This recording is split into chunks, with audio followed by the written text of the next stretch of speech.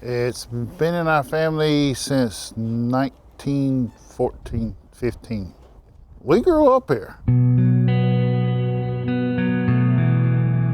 Mecklenburg County farmers Keith and Wayne Westmoreland have deep roots in their family's land. My daddy started a cotton farm to begin with. Dad come back from the service, started milking cows in 1952. We were in dairy business until 2011. So now we're raising corn, soybeans, and wheat, and some beef cows. The brothers, along with Wayne's son Chris, operate TM Westmoreland and Sons, located on 200 acres off Highway 73 in Huntersville. You could name one place right now, we're within 15 minutes of it. I mean, it's just the lake's 10 minutes away, and that's a huge draw to people. I mean, we're right here between 77 and 85 in the Belt Loop, so you can get to Charlotte in 30 minutes with no traffic. We're in a good spot and a bad spot, depending on how you look at it. American Farmland Trust looks at it as a hot spot for urban sprawl. The Charlotte area is one of 5 hot spots in the state. North Carolina ranks as the nation's second most threatened state when it comes to loss of agriculture lands to other uses. We started losing farmland that we were farming in the mid-90s to country clubs and golf courses and housing developments.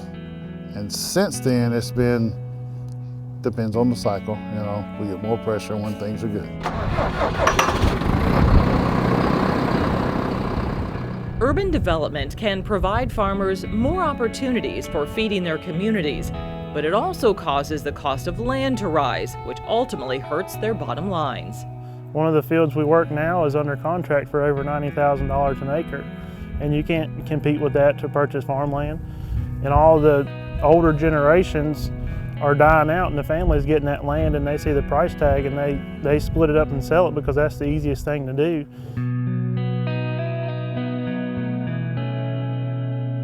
There's 3 crop farmers in the northern end of Mecklenburg County, and all of them are facing the same thing. I mean, we've all shrunk, and consistently for the last at least 8 years. I mean, and some of it's just a couple acres here and there, but then some of it's 100 acres here or there. So, I mean, that adds up in a hurry.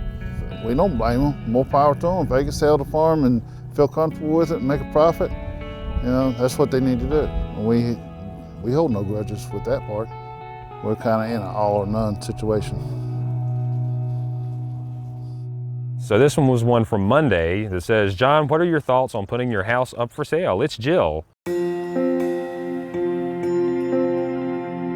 I locate places in Holly Springs, which made me notice that you're a local resident. It will be beneficial for both of us to talk about what's being gained. If I were to buy your property, I can show you the next steps. It's beneficial to both of you. Both of us, right. I'll make a little, and she'll make most of it.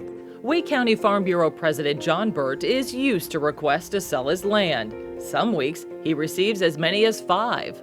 Whether it's a mailer, you know, in the mail that we receive, or a text, or sometimes we'll get phone calls from people trying to see if we're willing to sell our land. We've even had private citizens that just look on the tax records and see, hey, you know, I see you've got some land, would you be interested in cutting out, you know, an acre or two? And they'll even send drawings of the house that they want to build and talk about what, you know, their family's like and how they'd be a good fit to live on the edge of our farm. His answer is always the same. No, I haven't considered selling it. Burt's farm is a land grant farm granted to his ancestors in the 1750s. His family currently owns a little more than 700 acres in Fuquay-Varina, one of Wake County's fastest growing areas. In the past 20 years, the town's population has grown 80% as rural land has turned into urban development. I hate the saying it is what it is, but I mean, it's everybody's right to do what they want to do with their land. If it conforms with the zoning and the all the regulations that exist with the county or the cities, there's nothing we can do, and I shouldn't be able to stop them from doing it because it's their own decision to do what they want to do and what's best for their family.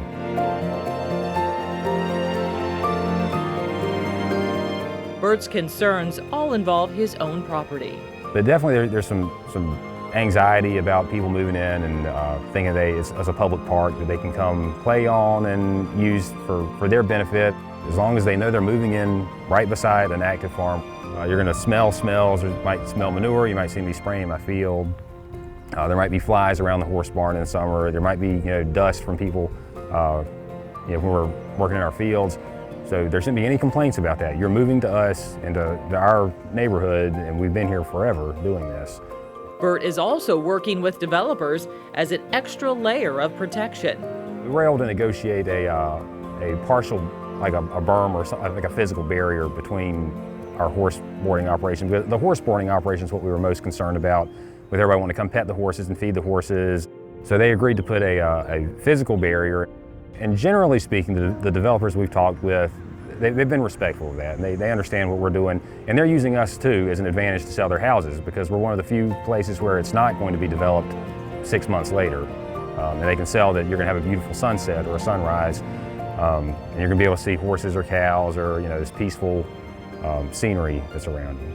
Because of the pandemic, more people may seek out those peaceful, isolated spots, so the threat of overdevelopment could stick around.